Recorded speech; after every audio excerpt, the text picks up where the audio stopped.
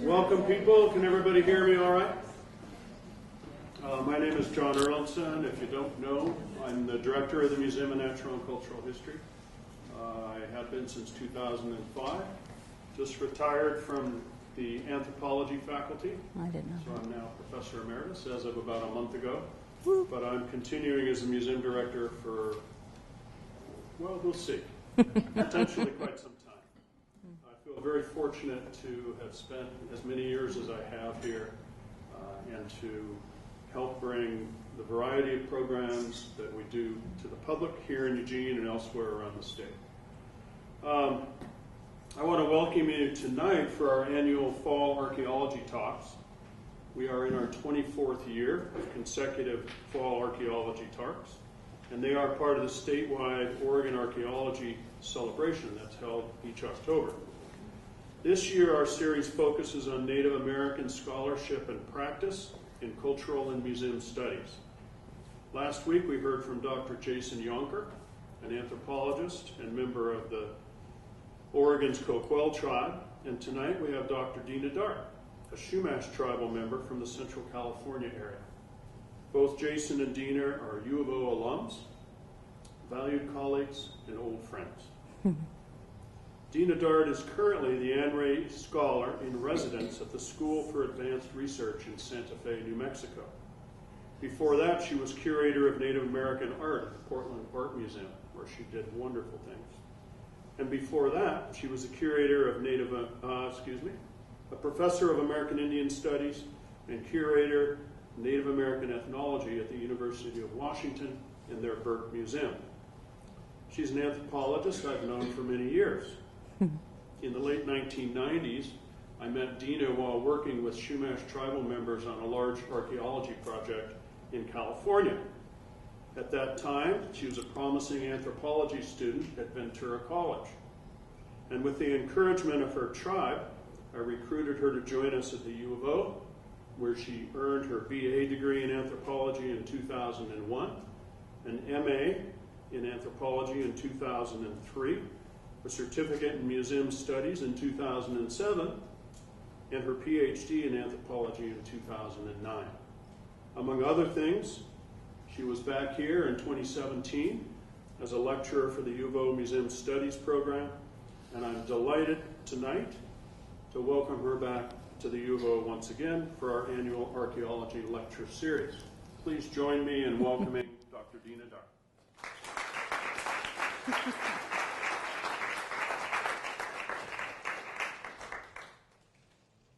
Haku shumawish, tipa shumawish.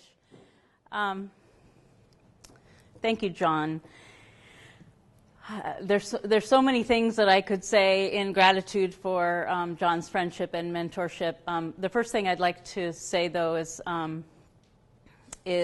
thank you to the people of this land, the Grand Ronde people, the people whose ancestors have died and who continue to live and thrive here in this place. It's important wherever I go to acknowledge the people of the land because I am a visitor here. So that's the first thing. And how I just introduced myself is basically hello, and shumawish tipa. Shumawish is the way that we greet one another. It's essentially how are we doing health together, or let's do health together. In the Chumash language, the Smuich Chumash language, health is a verb, and it's something that we do. And we're either doing it, and we're actively engaged in doing it, or we're not doing it, right?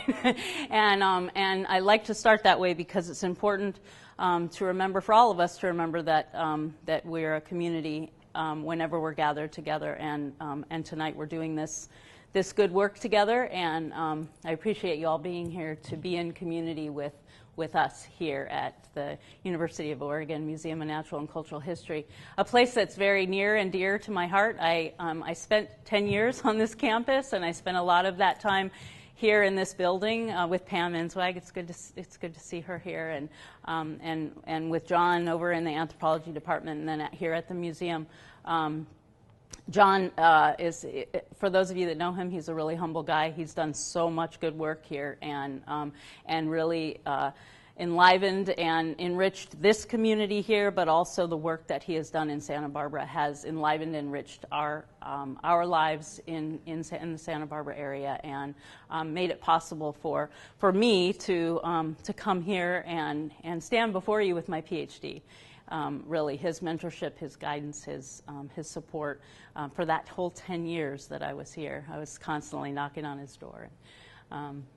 Anyway, so I'm grateful to be brought back here and to talk to you about my work today since I've been gone. So I'm going to go ahead and launch into that. So what I'm talking about today is really my experience, my inspiration to try to shift museum spaces to be places that are not only relevant but sensitive and meaningful for Native people. Where I come from, let me back this up a little bit. I'm not sure how it got advanced. Where I come from, the museum representation in Southern California about Native people and our histories is really abysmal. It's poor. And growing up, there were no public representations of Chumash life in the Chumash territory. And so that was something that was always, I just talked about this last week. It was always sort of an abstract concept that we were Native in our native lands because we're not federally recognized, so we didn't have a land base. There's nothing about our lives as urban people that reflected what we knew about Native American life in the media, in public history, right? So, and because we were so badly devastated by 3 subsequent waves of colonization, we were pretty badly assimilated. So to identify as indigenous was really a choice, and a choice that you had to make every day, and with very little support from the outside world.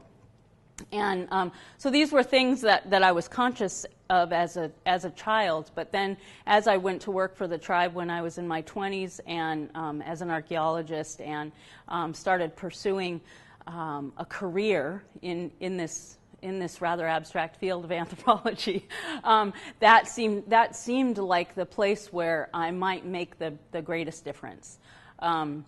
Archaeology, as I saw it, was, especially in Southern California, was primarily salvage archaeology, right? It was really being reactive to the development that was occurring, and the purpose for me coming to Oregon and getting my PhD was to be on the more proactive end of that. However, development in California is rampant. It's a difficult role to take. And it requires being on the ground in Santa Barbara to do it as well.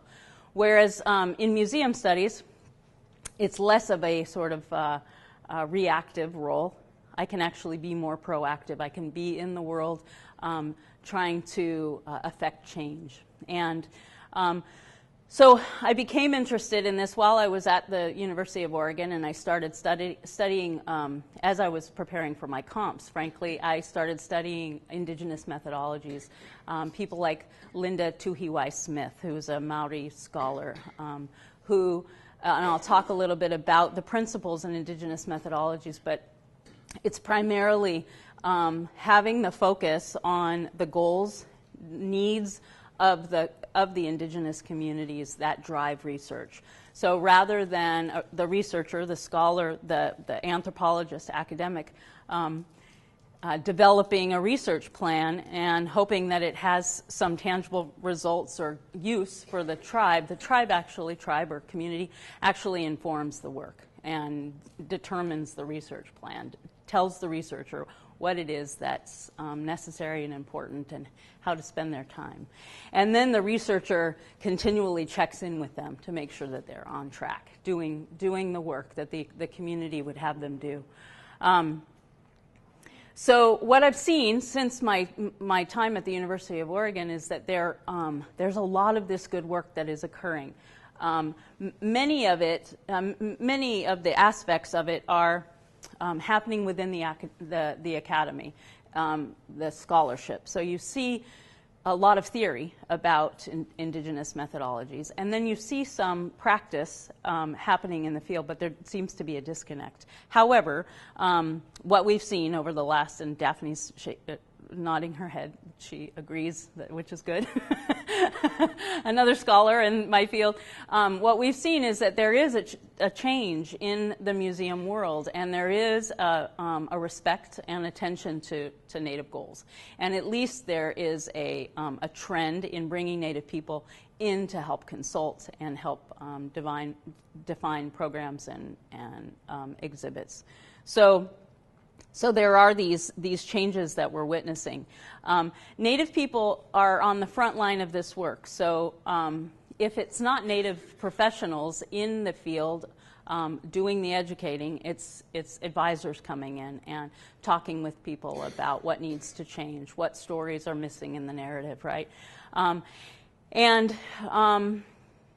My thought, especially of late, especially since my experience at the Portland Art Museum, is that that Native people themselves, because we are on the front line of this work, have to work harder at protecting ourselves, taking care of ourselves, because there's something about these representations and being confronted with these histories on a regular basis that starts to wear us down. And so although it's really important work, what I know is that the people who are drawn to do the work often get sort of re-traumatized by the reliving of the insensitivities that exist out there. It's important, and I'm going to talk about this as well, but to acknowledge that within these institutions is all of this Native intellectual property, right, held within ancestral objects, and so it's in some ways it's why Native people are drawn to do this work, right, to steward those objects that they see as ancestral and important, and so it's. Again, it's no wonder that we're willing to sort of put ourselves on the line because our ancestors are what is at stake. I'm not sure exactly what I meant by that. Consciousness of the values of Native perspectives in mainstream museums. So these are the goals or the values that I see as necessary in the museum field, right? The consciousness among museum professionals of how important it is to have Native professionals in Native, not only Native professionals, but Native interns, for instance, and active, sustainable roles for advisory committees, not just ad hoc, one-off advisors coming in to advise on an exhibit. And that gets at this sustained consultation and work with tribes in order to support the work that's happening internally. So last week I spoke with a scholar here, Jennifer O'Neill, who works over in the archives, on a panel at the Association of Tribal Archives, Libraries, and Museums, ATALM, about decolonizing museums, indigenizing museums. And in her talk, she said that she was speaking with a British Columbia elder, a Northern Coast Salish elder, who said, knowledge, education is medicine. And as I was sitting there listening to her, I was thinking, then the opposite is true. If knowledge itself is medicine and is what heals us, then ignorance and ongoing ignorance actually re-traumatizes us, right? It actually creates dis-ease. And so it's so vitally important. And these institutions that help us reach the public with these important messages have the power to shift that, right? To share that knowledge that has that inherent ability to heal us and to heal the trauma of the past, right? So as I was saying, I come from this. This image is from the Paso Robles Pioneer Museum from my dissertation research. But I come from a place where this is the museum representation of Native life and cultures, and so life in that place informs my theoretical position. But then all of the time that I spent at the University of Oregon digging into the literature and then going out in the field. And my dissertation research looked at 54 institutions on the central coast of California that represent Native people, either in their exhibits or their programs or both. And then I scaled it down and did intense research at 30 of those venues, including all 19 active mission museums. And so it was the first time that a really systematic analysis had been done about those abysmal representations. And so we have quantifiable or quantified data, that lays out these are really bad representations of Native people, and we need to do something about it. Well, I mean, we knew, the Native community knew, but now there's actually a document that can be referenced. And then my continued research in the last 10 years, since I've been out in the field, with Native museum scholars, practitioners, and as I mentioned before, really experiencing this chasm between the scholarship and the applied work. There's even a tension between practitioners and the scholars. So last week, my panel was with Jennifer O'Neill and Amy Lonetree and myself, people who are writing about these issues in museums. And there were other folks who were like, oh, not decolonizing museums again. We're not going to talk about decolonizing museums again. These are people who work in the field, but don't take very seriously what the scholarship is saying because there's this real disconnect. And so I have the privilege, or I've had the opportunity to engage in both sides of that, and I can see where those disconnects exist. Where are we really decolonizing, and where aren't we? There's definitely ground that we still need to cover. So how do we do that? And to hear them talk about it, there's one fellow in particular who would throw the baby out with the bathwater. Like, we don't really need that scholarship. The real work is happening on the ground, in the museums. That's where any decolonizing work is happening. But my experience is that we need both, because Amy Lonetree's work gave me the words, the vocabulary to articulate what was happening on the ground. And so that's, I think, the most important piece is just bringing those two areas together, the theoretical and the applied. And it was the same, it seems to be prevalent across the board, right? It was the problem in the anthropology department too. There were anthropologists when I was a grad student that were like, you have to go to a top tier university and teach, and I was like, no, I want to go work in a museum where I can actually affect some change. And so there were sort of the applied people over here and the institution, the people who were on a tenure track over here. And I think that we need to sort of try, and I'm probably not the first person to say that, we need to sort of bridge that chasm. So the work I'm going to talk about here today to make some of these points about decolonizing or indigenizing the museum is the work at the Portland Art Museum over the last 5 years. So probably a year ago I said, I don't think it's possible at the point that I was stepping away from the Portland Art Museum. I don't think it's possible to decolonize a museum. A museum is inherently a colonial structure. The way that it's set up to hoard Native people's things and define them for the world, grant access on its own terms, those kinds of things. How do you unpack that? How do you make it decolonial? And what I've been reflecting on over the last year is that perhaps it's not possible to completely deconstruct it and decolonize it, but it is possible to make incursions to indigenize certain practices within the institution. So that's what I'm going to talk about. Some of the ways I was able to indigenize my practice within the institution. It doesn't mean that I was able to change that institution, though, right? And I'll talk about that near the end in my conclusions, that when I stepped away, many things went right back to how they were before I stepped in.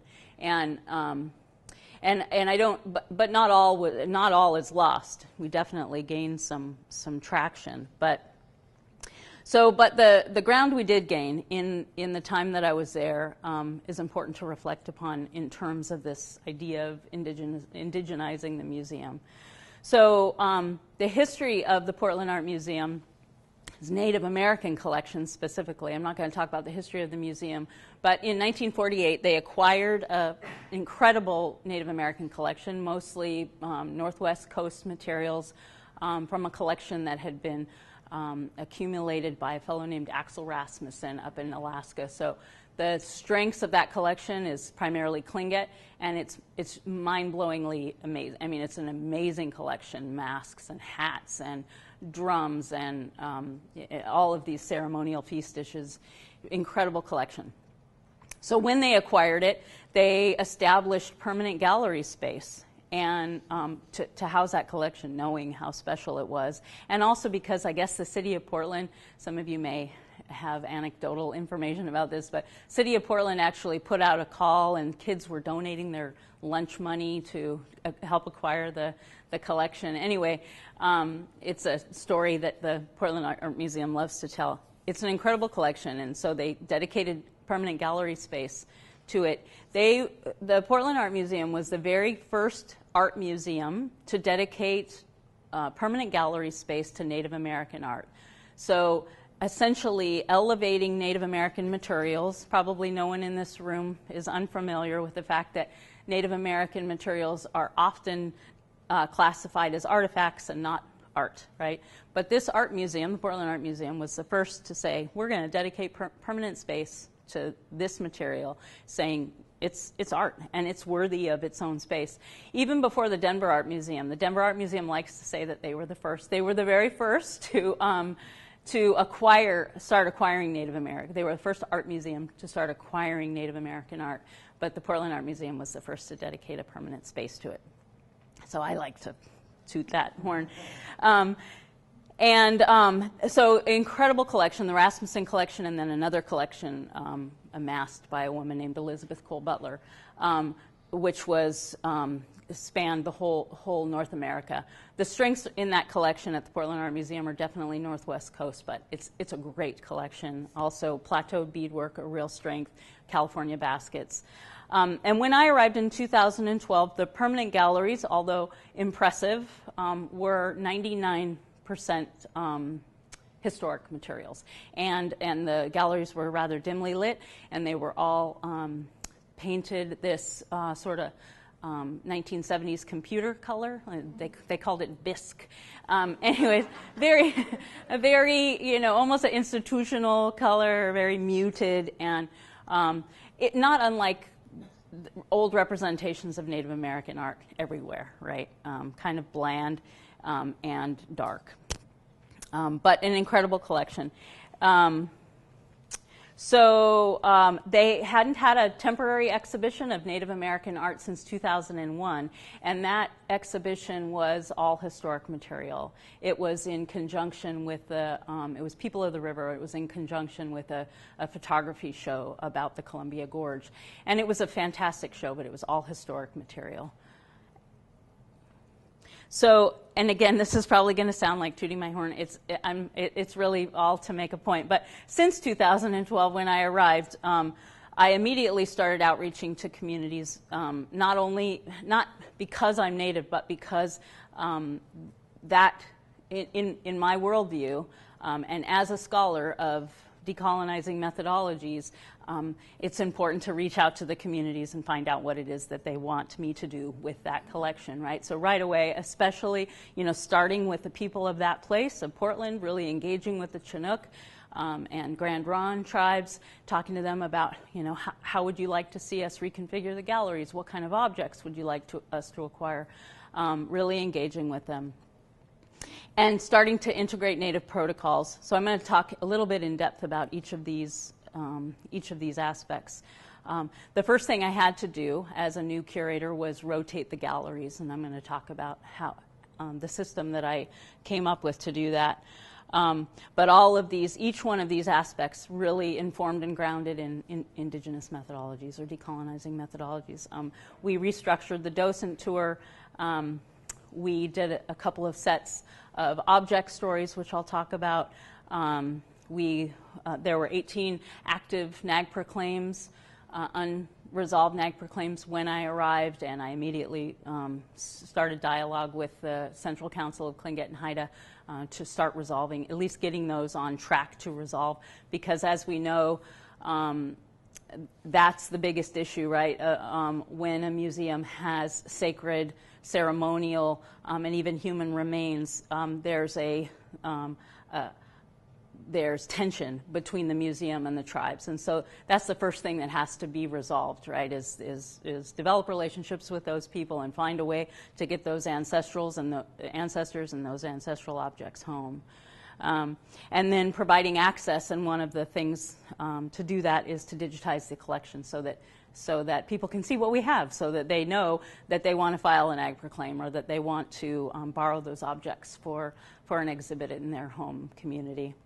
And then writing grants, and I'll talk more in depth about those, to get some of this work done, right? You can't do any of this stuff unless you're actively raising money, because most museums don't have a surplus of money to spearhead these kinds of projects. One of the first things, too, that was important and just beginning to happen at the time that I arrived at the Portland Art Museum, nationally and internationally, was an effort to start identifying individual Native artists. Historically and throughout the world, cultural objects were often named only by the culture, and these are individual artists that made these objects, but often that artist name wasn't documented when the object was collected, right? And so over and over again, we walk through an art museum and we see Monets and Van Goghs, and we're able to picture that artist and put them in the sort of privileged place that they have in our minds. And then we walk through a Native American gallery and we're like, oh, the Kwakwaka'wakw made that. The whole community of Kwakwaka'wakw made that, or that is derived from Kwakwaka'wakw culture. I don't know who made it. It's very abstract, right? So identifying the artist is so important, right? Because it helps the visitor connect with, they also have people that are significant in their societies that are either the knowledge holders, or they are the artists, or they're the teachers. In this particular case, the Zunaqua feast dish was acquired with the Rasmussen materials in 1948. It had been on view the entire time. It's still on view. If you go up there, it's the first thing you see on the second floor. However, no one ever... They knew that it was Kwakwaka'wakw. And the interesting thing is that there were two masks that are right above the Zunaqua feast dish that were attributed to Charlie James, but the feast dish was not. And all I did was start asking around among my Kwakwaka'wakw friends and people who I know that work in that area. And within a couple of days, I got this picture. I love this. Isn't this a great picture? And it turns out Charlie James isn't actually in the image. These are, his contemporaries, carvers, and all of these children are sons, relatives, nephews of the carvers. And it turns out that, and I actually have that, and next to the Zunaqua feast dish, we actually have a description and all the names of every single one of the people in this picture. And one of the little boys, the chubby one on the right, his name is Arthur Shaughnessy, and he actually became one of the most revered Kwakwaka'wakw carvers. So anyway, just making it a person. This is a beautiful object, and nobody would deny that. But now it's actually attributed to an artist and to his particular region and the people that he taught. So that was a huge success, and something that I continue to try to do with the whole collection. And then I mentioned the Elizabeth Cole Butler material. There was a collection of around 4,000, I don't even remember, somewhere between, it wasn't a huge amount of material, somewhere between 5,000 and 3,000. So I'm going to say 4. It was a huge amount of material. Boxes and boxes of tiny little pins and bracelets and earrings and things that she had a museum here in Eugene, Elizabeth Cole Butler, and that had a museum store, and all the materials that were in the museum store she also donated to the Portland Art Museum. So in addition to these fantastic crow elk-tooth dresses, were these kitschy little dog and dog-shaped turquoise pin. So I had to go through them one by one because they had come in the 80s and 90s and never been accessioned. So with the help of collections manager, registrar, and an intern, we went through those objects one by one and discarded much of it. Because they were unaccessioned, we could send it to auction. And every time one of those checks came in from auction, I was able to go buy some contemporary art to really enliven the galleries. So as I was rotating the galleries with these incredible historic works, I was buying incredible contemporary works to complement them. And so what you see here is a Wendy Red Stars stands towards the sun. That dress is now in a central spot on the second floor. Toma Villa's drawing actually isn't on view because it's a drawing on paper and can only be shown for short periods. And then on the right is a commission of the Resilience Row by Clarissa Rizal. So, and I don't think that I bought a single historic work while I was there. I purchased 700 works of art, and they were all contemporary. And so in the 5 years I was there, we quadrupled the holdings of contemporary Native art. And speaking to that, really privileging the contemporary. So this, Jeff actually, my partner Jeff pointed this out yesterday to me.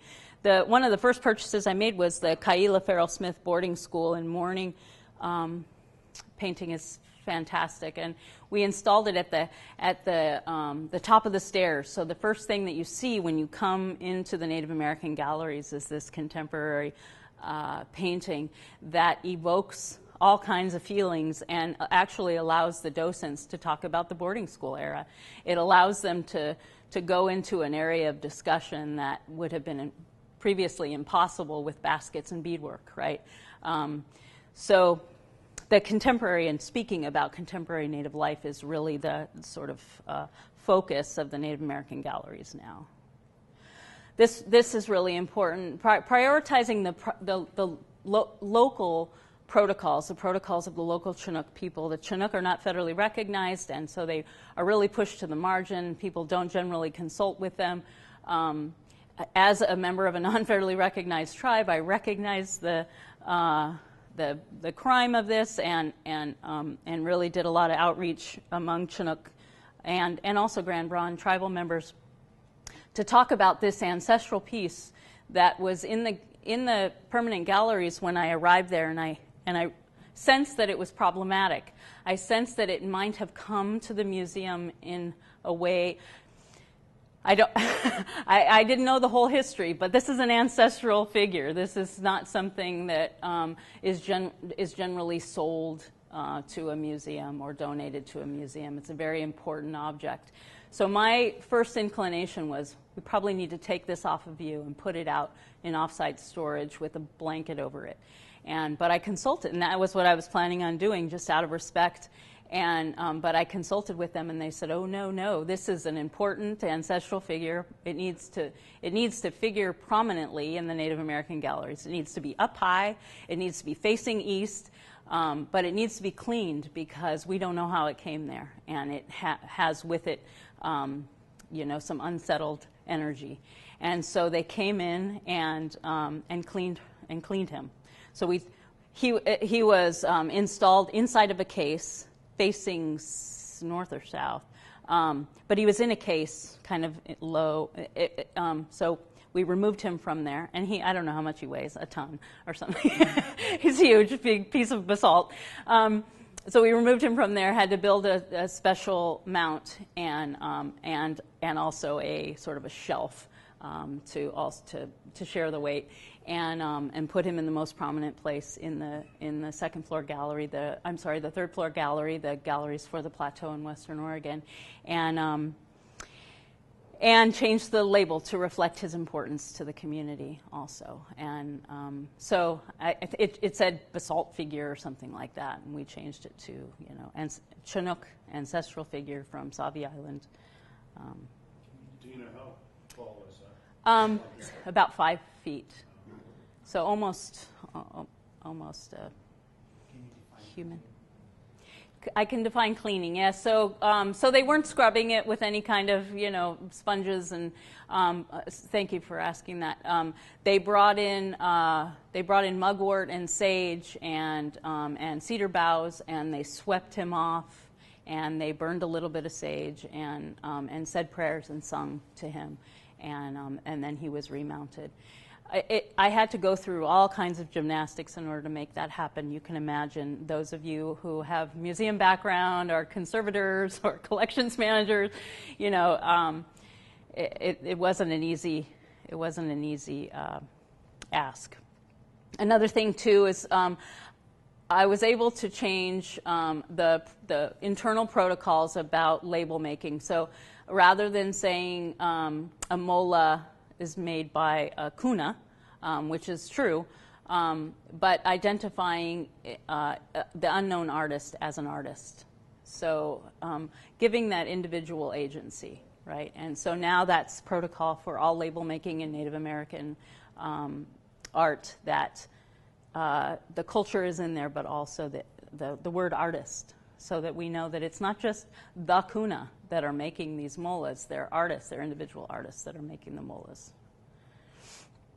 And then integrating Native American art throughout. So that wasn't occurring, partly because the chief curator was really old school in his thinking and didn't want us collaborating as curators, didn't want a lot of cross-pollination among the curatorial collections. And as soon as he was gone, after I'd been there about 1.5 years, we started doing it as often as we could. And there were purchases that were made that we made together. So this particular, there's a film by Nick Galanin that was shown in the modern and contemporary galleries during an exhibit that I put on. So starting to move Native American art out of the reservation of the Native American art galleries to the outside world, so to the modern and contemporary galleries, and then also to the Northwest galleries, which are on the 4th floor. And we did, together with the curator of photography, we purchased this set of images from Wendy Red Star. And then the temporary exhibitions, bringing in temporary exhibitions, ones that are interesting and engaging and also very exciting and get people thinking about contemporary Native issues. Contemporary Native photographers in the Edward Curtis legacy, Native Fashion Now, which was a huge hit, and then developing the Center for Contemporary Native Art. I'll talk about those in a bit. And then the Object Stories exhibition as well. So Object Stories at the Portland Art Museum was a platform, still is, but there used to be, when I arrived there, a booth that you could go in and record an object story. The camera would take 3 images of you, and you would write a 6-word title. And then visitors could listen to that object story and see your image and your title of your story. And it was all about how we make meaning of objects, how we adopt objects into our lives and imbue them with meaning. And not necessarily museum objects, but in some cases, yes, but people's personal objects, just really looking at how important objects are to us. And so we wrote a grant, an Oregon Humanities grant, and did a project with the Native American Youth and Family Association where we were able to bring them into collections. They got to spend as long as they wanted in the vault, in collections, looking at objects and choosing an object, doing research in the library there at the Portland Art Museum. It aligned with the goals of the Native American Youth and Family Association, as well as the goals of my goals to have Native voices in living first-person voices in the galleries. And one of the goals of NAYA is to reconnect these urban youth to their families and their communities back home. And so we saw them, really reaching out to their communities for information about these objects that are held in collections. Why are these objects in a collection? What do they mean? What have they meant to our people in the past, and what do they mean now? It was just fantastic. This young man, actually, there was a gun. There's a gun in the permanent Native American collection at the Portland Art Museum. I did not accession that object. It doesn't appear to be a work of art to me, but it was owned by a Nez Perce leader, and this young man chose that object. And then we had a big opening, and they were able to bring their family and families, and we had food, and it was a wonderful thing. And then for 4 months, the objects they had chosen and their object stories were on view. It gave them a tangible skill set, right? This new digital technology. It provided them access to a museum collection, which is something that was really novel for all of them. And it made the museum a much more accessible place. Somewhere I go there every Tuesday, and I hang out with the curator and these other people. This is what I do. I bring my family here. This is somewhere I go. And when we talked to them initially, none of the folks at NEA were regular visitors to the Portland Art Museum, if ever, right? The Portland Art Museum, the art museums for Native communities overall tend to be really sort of alienating places. And then this was a huge success. We did a set of object stories in a community, a Yupik community up in Bethel, Alaska, and we installed them in the permanent galleries. So the NEA stories were in the Object Stories Gallery in the basement, but these stories were the very first time that we had any multimedia in the permanent galleries, the very first time that Native voices had been present in the Native American galleries, and it was phenomenal. It was so beautiful. Unfortunately, after about a year, the technology was super glitchy, and it was constantly down, and so they deinstalled them. But for about a year, these beautiful stories in the Yupik language, many of them, were playing alongside these historic objects. And initially, I like to share this, when I'd go into those galleries, I would swear that these masks were smiling, like that I'd never really noticed them smiling before, but now that they're listening to the Yupik songs and Yupik stories all the time in their language, like the masks hadn't heard their language in 100 years. And here they are, And so I started thinking a lot about how do I remove my own curatorial voice? Yes, I'm Native, but I'm not Yupik. How do I connect the Yupik voices and the Yupik objects, the Yupik community with the Yupik objects, and really try to remove myself as the intermediary, and thinking about how to do that. And these object stories was a wonderful way because it didn't require me at all. And we even had Yupik elders write some of the text, right? So I had a really, I wanted to show you the Drew Michael object story because it's really powerful. But a young Yupik artist named Drew Michael, and I purchased a work by him. He's a mask maker, and he does these really beautiful abstract masks. And so there's this great abstract contemporary mask adjacent to the historic masks, and you could listen to Drew Michael's story about how these historic masks inspire him, and how going home and seeing the dances on the historic masks have shaped his life, and they were just really beautiful to have this young artist's voice in that space.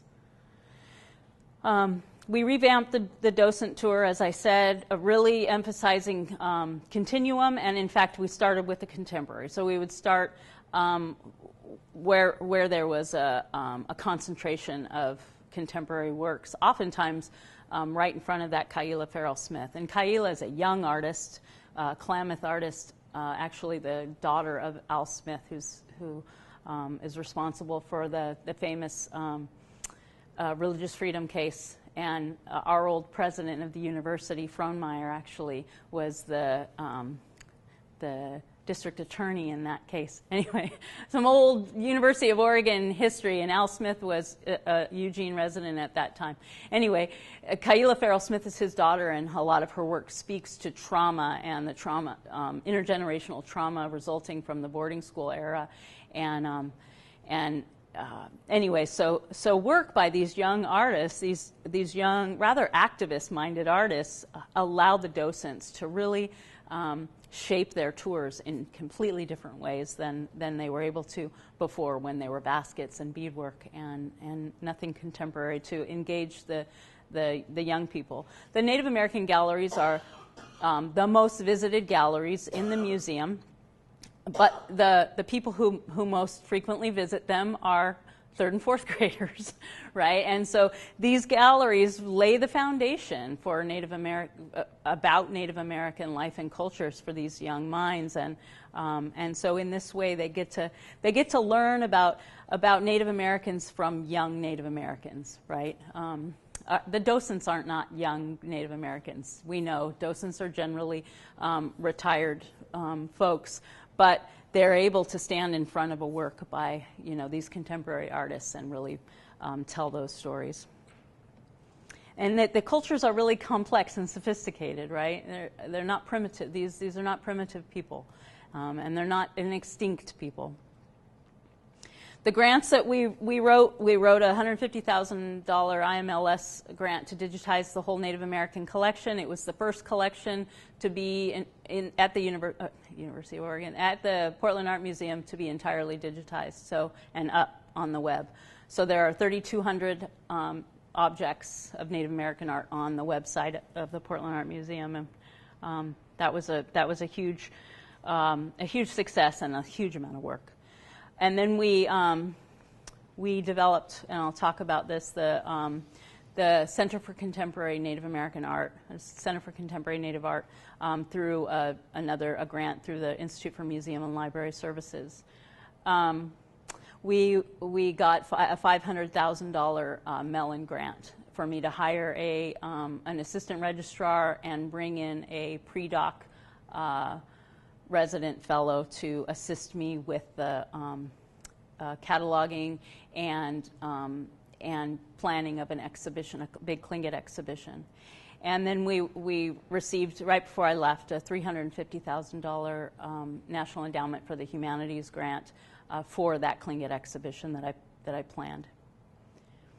So in terms of the exhibits that we staged while I was there, Contemporary Native Photographers and the Edward Curtis Legacy, I was asked to do a show on Edward Curtis because the Portland Art Museum owns a whole set of the North American Indian. And I said, I can't, in good faith, do a Curtis exhibition, but I will do a contemporary native photography exhibition, and then we can put them in dialogue with Edward Curtis. And it ended up being a huge success. It was so well attended, and it was just spectacular. Wendy Red Star, Will Wilson, and Zig Jackson all in dialogue with Edward S. Curtis. And then we hosted, I didn't curate this exhibition, but I was the host curator for it, Native Fashion Now, which was curated by the Peabody Essex Museum. Karen Kramer is the curator of Native American art there. And what fun that was. 101 objects by 88 Native artists, all created since 1950. So all contemporary. No buckskin in this show. It was all haute couture, runway material. It was fantastic. It was, yeah. The last venue was the National Museum of American Indian. Yeah, there was 4 venues. It started in Salem at the Peabody Essex, came to Portland, and then it went to the Philbrook in Oklahoma, and then to New York. It was so fun, and I actually bought 4 of the works. They had to leave, but they should be back by now. And then we did a local component to really honor the work of Nike and their N7 line, which has donated $6 million in the last 10 years to Native American communities through this line that they work with currently with Bunky Echo Hawk to design, and the work of Louis Gong. Louis is most famous for his blankets, and he wanted the blankets to be shown as wearable art. Because in Native American communities, we often honor our young people when they graduate or couples when they're married with a blanket, and they wrap it around us, and so we honored his request and dressed up a couple mannequins with his incredible 8th gen blankets. And then, how are we doing on time? Somebody back there that can let me know? Okay. And then some time for questions? Great. Perfect. As I mentioned, the Community Anchor Grant through the Institute for Museum and Library Services helped us to develop this contemporary art space. So a space for social engagement, a place where Native artists, contemporary Native artists could bring their work, and again, practicing this notion of how do you bring art and community, the greater community together without there being this interpreter myself, right? How can I reduce the amount of influence that the curator has on what's happening? And I think that we were able to really do that. Andrew, one of our evaluators, is here in the back room, and I'll be interested to hear how the evaluation plays out, and if we were successful in doing that. But one thing for sure is that we were successful in really giving a hand up to many of these young artists, because since they've shown at the Portland Art Museum, and this space really allowed us to show emerging artists, right? That artists that aren't already big major institution level yet. These are mid-level to emerging to mid-level career artists. But we started another indigenous methodology is starting with local, right? And so the very first rotation was 3 Oregon Indian artists who are Portland-based. And so Greg Archuleta on the left, Sarah Seastream, and Greg Robinson, wonderful people. And each of them had a space inside the gallery. The gallery is fantastic. We had to raise additional money to transform the space. The IMLS money only allowed us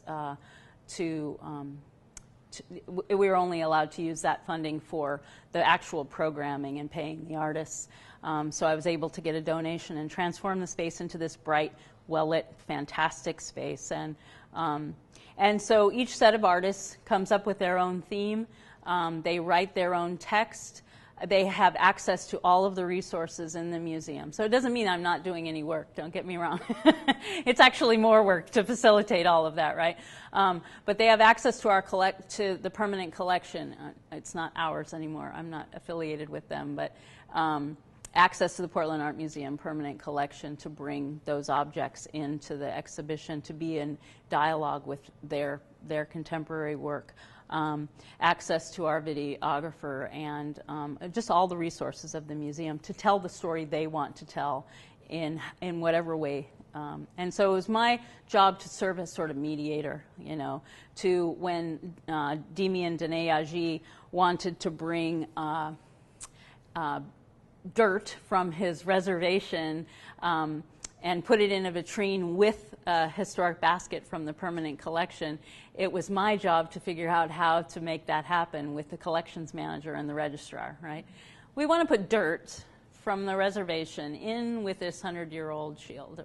And anyway, we had to constantly find, ways to negotiate those requests. The dirt ended up in its own vitrine across the way from the shield, but the goal was to bring his home together with this ancestor, and then to take that dirt, take that piece of home back to the reservation, and it would have the essence of that ancestor with it. And it was very important to him for us to be able to do that. And it was a beautiful, just a beautiful. Visually as well as conceptually and spiritually, right? Each of these exhibitions had a ceremonial opening. The Restoring the Breath exhibition actually had a potlatch where they paid the witnesses the way they do in British Columbia and in the Puget Sound in Washington State. Really powerful. The first time that Coast Salish, Lachute Seed was spoken in those spaces, and that music was resonating through the space. Is that me? That echo back? Somebody talking.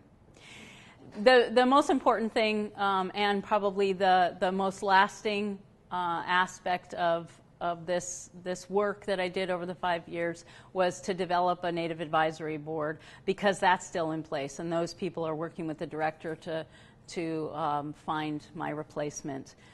They're artists and professional people, Native people from the Portland area, many of them Oregon Indian people themselves. They're working on helping to guide a commission with the Chinook community. They're really powerful people. They're people who are going to make sure that the work that we started there in my 5 years is going to continue. And this commission to have a Chinookan welcome post, meet visitors at the Portland Art Museum is probably the second most important thing, because it's the first thing that you would see when you got to the Portland Art Museum, recognizing the people of the land.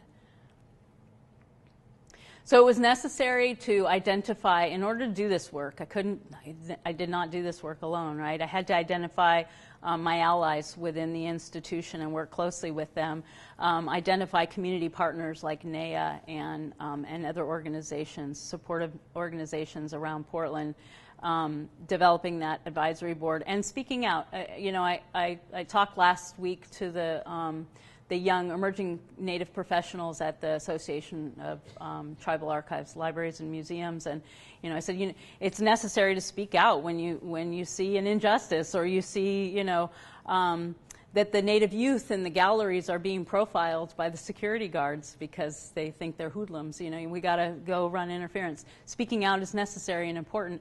However, again, it's constantly putting my body on that front line, right? Which is a point of conflict, right?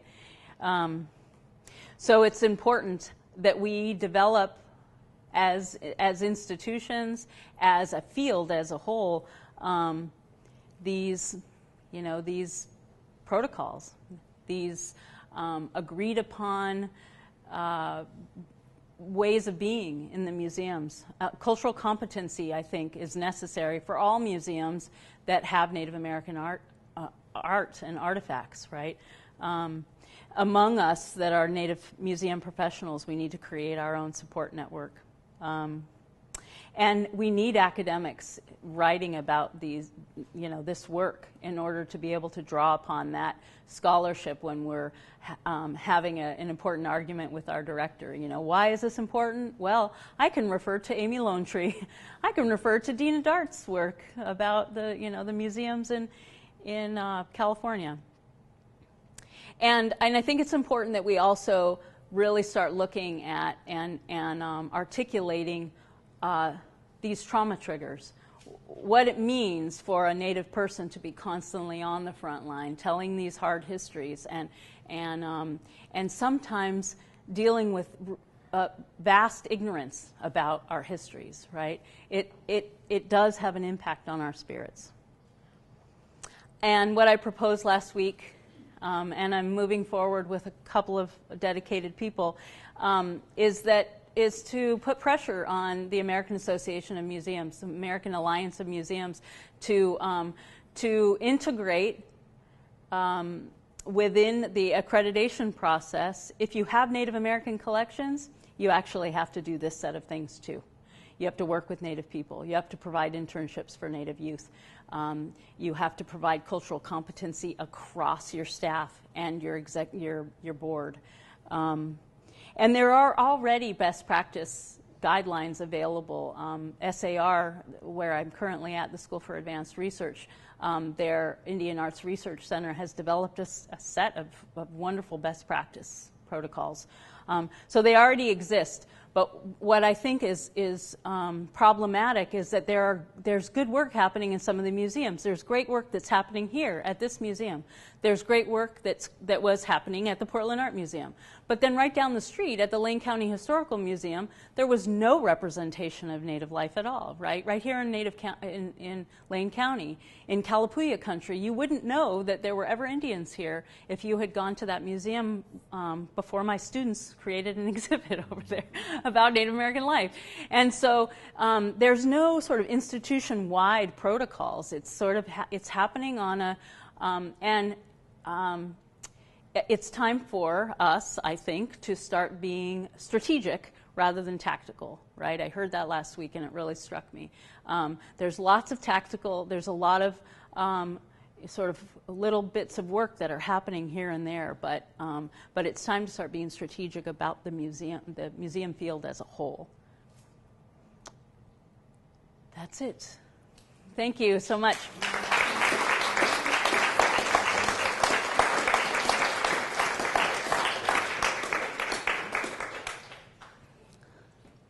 Yes, I have a question, or an eager question already. Uh-huh. All my life I've been to many natural history museums all over the world, and I was really impressed recently when I went to Montreal to see where the objects have been moved from the Natural History Museum to the Art Museum. And they actually had an exhibit of Canadian English art. So it's continuous. So you have the earliest objects or art presentations all the way to contemporary, and I'd never seen that before. So I found it really exciting to see what the past is like, but also see what people are deriving, the tribal groups deriving their images from all the way along the way. And they haven't integrated the past and present. I thought it was a really learning experience for me. I agree. It's so much more dynamic, right? And to see the change and to understand why there was change. And, you know, it is. It's really, I watched those galleries at the Portland Art Museum really invigorate, really become these interesting spaces to be. Because the contemporary stuff was in dialogue with the historic stuff. Unfortunately, many collections have old stuff and new stuff. And you're missing probably 100 years, especially the 50s and 60s. There's very little. And so it's hard to create a continuum. The Inuit work might be a little easier because they were supported in making contemporary art early on, whereas many communities, you know, only in the last 30 years or so have really developed a contemporary thrust. But it's interesting about removing objects from natural history and putting them over here in art museums is that my experience in DC, when they moved all of the materials from natural history and put them in the National Museum of the American Indian, I mean, I wasn't happy with them in the Natural History Museum, right, along with the dinosaurs. There's all kinds of issues with that. You know, have them with the dinosaurs and the fossils and the plant specimens. But, however, when you take the native people out of nature, then there are no people in nature any longer, right? Then you're studying nature, sans humans, and it makes it difficult to see our impact, right, on the natural world. And it's true, although native people don't want to always be compared to dinosaurs and fossils, it's true that native people across the globe lived much more harmoniously in those natural environments, and there's so much that can be learned from them. So it was a little extreme to see the humans extracted from nature and put down at the end of the mall in the Indian Museum, right? And so there's tensions with each of these choices that are made, right? There's no perfect solution. But yes, I appreciate when there's a continuum also. We have time for one more. Anyone has a final question? All right. Oh. Yeah, Daphne. Oh, yours is going to be hard. I know you're going to have a hard question. I was really, thank you so much. It was a really wonderful talk. And I was just really struck about how you were talking about the challenges, the trauma affecting these histories, but then also talking about how there is potential for healing in bringing Native communities into dialogue with the objects in the museum. And I was wondering if you could talk a little bit about, sort of expand a little bit more on this possibility of having healing relationships within these institutions that you have explored. Yeah, I do. And I think, again, it has so much to do with the sort of humility of the facilitator, right? And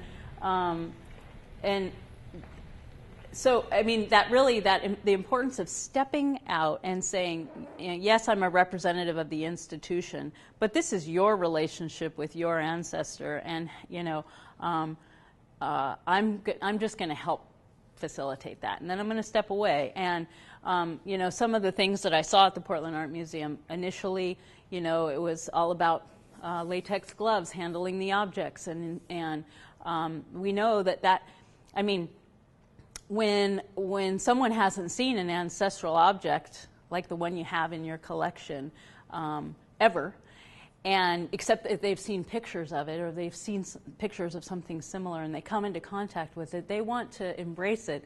That's their ancestor. That's their ancestral thing. And I can't tell you how many times I've facilitated those visits and seen people sob at the reconnection with their ancestral object. It's so beautiful. And to say, can you put these gloves on, please, is an affront, right? And so you have to tell them there's a possibility that these things have been treated with pesticides. I mean, it could be dangerous to you, but if you choose to embrace it, it's not going to hurt the object to have some of those natural oils that would have been on it anyway. So those kinds of things I think are so valuable in terms of healing.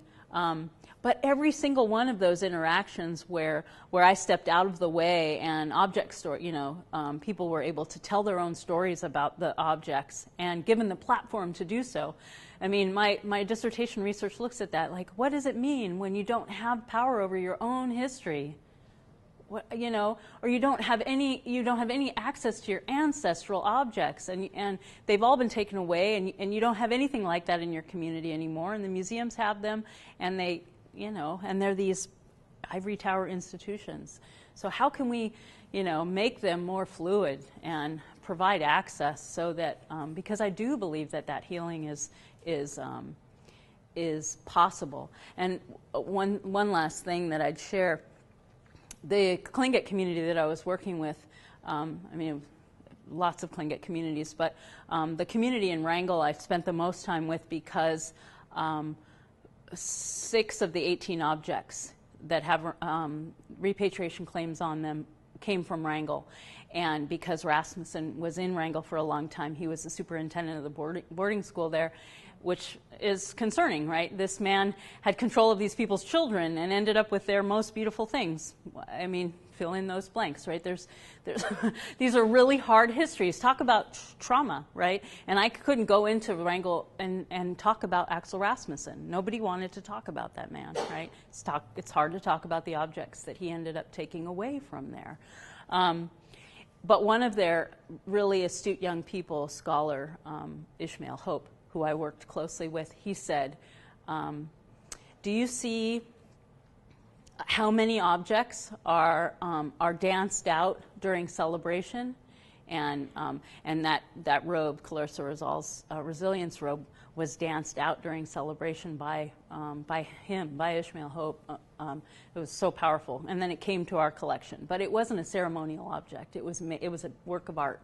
However, they danced it to imbue it with that spirit. He said, you see how many people are on stage wearing those ceremonial objects? All of those objects are repatriated. Those objects all left the community for at least 75 years and have come back. And he said, 20 years ago, there were maybe 4 people dancing on that stage. But every time we get one of those objects back, our community I get chills every time I say this, our community becomes stronger. And our young people are more interested in getting involved, and more people are ready to dance when it's time for celebration. And now there are 40 people on the stage, and many of them are wearing clan hats that have been repatriated. So there's such great power with the return of the objects into the community. And when that can't happen, can museums actually facilitate a more fluid way of providing access to those objects that have so much healing potential? So I might be very optimistic or I don't know, but I really believe in the potential that museums have, not only in terms of those ancestral objects, but in the way that the community engages in these spaces in ways that they don't do in other spaces, right? There's a power within the space itself. So I'm going to keep working in museums, even though it's hard work. It is. It's hard work being on the front line, but it's what I'm called to do. And to wrap this up, you know, I'm called to do this work. I'm going to keep doing this work, and it means that I need to work to make it a healthier environment for Native people to work within, right? So we can keep doing this work in an empowered way and not a reactive way. So thanks. Thank you.